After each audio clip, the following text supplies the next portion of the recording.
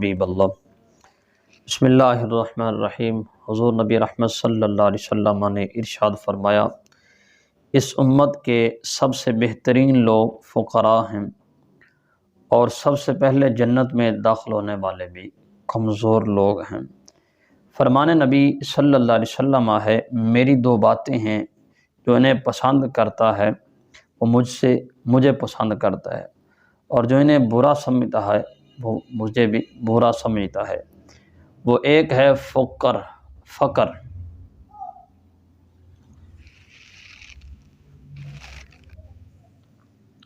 بسم اللہ الرحمن الرحیم۔ حضور نبی رحمت صلی اللہ علیہ وسلم نے ارشاد فرمایا کہ اس امت کے سب سے بہترین لوگ فقراء ہیں اور سب سے پہلے جنت میں داخل ہونے والے کمزور لوگ ہیں۔ فرمان نبی صلی اللہ علیہ وسلم ہے، میری دو باتیں ہیں، جو انہیں پسند کرتا ہے وہ مجھے پسند کرتا ہے، اور جو انہیں برا جانتا ہے وہ مجھے بھی برا سمجھتا ہے۔ یا رسول اللہ صلی اللہ علیہ وسلم وہ کون سی ہیں؟ فرمایا، ایک فقر ہے اور ایک جہاد ہے۔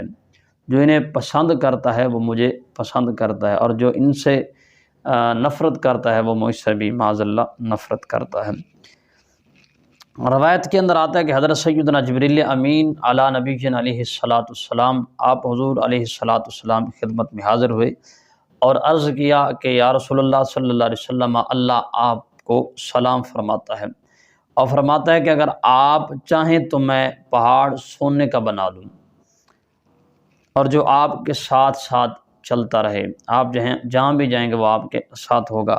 حضور نبی رحمت صلی اللہ علیہ وسلم نے چند لمحوں کے لیے خاموشی اختیار فرمائی، اور چند لمحوں کے بعد حضور نبی رحمت صلی اللہ علیہ وسلم نے فرمایا، اے جبریل، یہ دنیا تو اس کا گھر ہے جس کا آخرت میں کوئی گھر نہیں ہے، یہ دولت اس کی ہے جس کے پاس آخرت کی کوئی دولت نہیں ہے، اور وہی اسے جمع کرتا ہے جس کے پاس عقل نہ ہو۔ جبریل امین علیہ السلام بولے، اے اللہ کے نبی، اللہ آپ کو اس حق و صداقت پر قائم رکھے۔ روایات کے اندر آتا ہے کہ حضرت سیدنا عیسیٰ روح اللہ علیہ نبی علیہ السلام سفر کے دوران ایک ایسے شخص سے گزرے جو کمبل لپیٹے سو رہا تھا، تو آپ نے اسے جگا کر فرمایا، اے سونے والے، اٹھ اور اللہ کو یاد کر۔ اس شخص نے کہا، آپ مجھ سے اور کیا چاہتے ہیں؟ میں نے دنیا کو دنیا داروں کے لیے چھوڑ دیا۔ آپ نے فرمایا، تو پھر میرا دوست سو جا، پھر تو سو جا، دنیا کو دنیا کے لیے چھوڑ دیا تو نے۔ حضرت موسیٰ علیہ السلام ایک ایسے شخص کے قریب سے گزرے جو اینٹ کا تکیہ بنائے کمبل میں لپٹا ہوا زمین پر سو رہا تھا، اور اس کی داڑھی اور تمام چہرہ گرد آلود تھا۔ موسیٰ علیہ السلام نے اللہ کی بارگاہ میں عرض کیا کہ تیرا یہ بندہ دنیا میں برباد ہو گیا، تو رب ذوالجلال نے ارشاد فرمایا کہ اے موسیٰ، تمہیں پتہ نہیں، جب میں کسی بندے پر اپنے کرم کے دروازے مکمل طور پر کھول دیتا ہوں تو اسے دنیا کی الفت سے میں بے نیاز کر دیتا ہوں، یعنی میں اس کے دل سے دنیا کی الفت محبت جو ہے ختم کر دیتا ہوں۔ حضرت ابو رافع رضی اللہ تعالیٰ عنہ سے روایت ہے، کریم صلی اللہ علیہ وسلم کا ایک مہمان آیا، مگر آپ کے پاس اسے کھلانے کے لیے کچھ بھی نہ تھا۔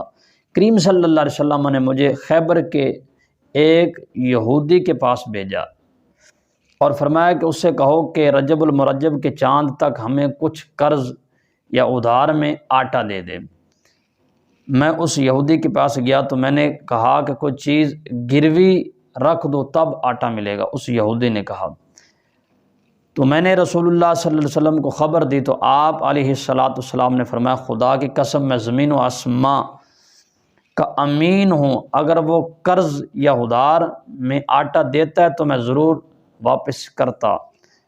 لو میری یہ زرہ لے جاؤ اور اس کے پاس گروی رکھ دو۔ جب میں زرہ لے کر روانہ ہوا تو آپ علیہ السلام کی تسلی کے لیے رب ذوالجلال نے یہ آیت کریمہ نازل فرمائی، جس کا ترجمہ یہ ہے کہ اے سننے والے، اس کی طرف اپنی آنکھ نہ لگا۔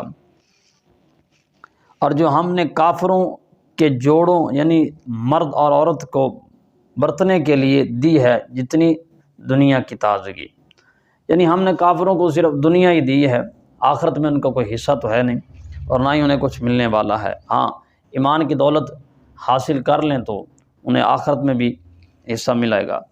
فرمان نبی صلی اللہ علیہ وسلم ہے، فقر مومن کے لیے گھوڑے کے منہ پر حسین بالوں سے بھی زیادہ خوبصورت ہے۔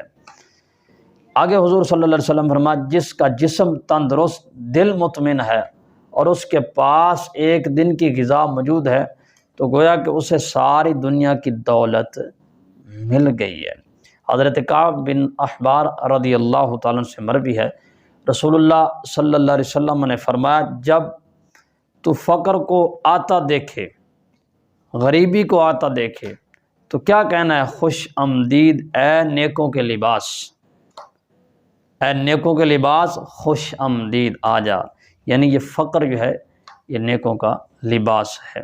اللہ تعالی ہمیں فقر کی میں زندگی گزارنے کی توفیق نصیب فرمائے اور اللہ تعالی مصیبتوں پر صبر کی توفیق نصیب فرمائے۔ آمین وما توفیقی الا باللہ۔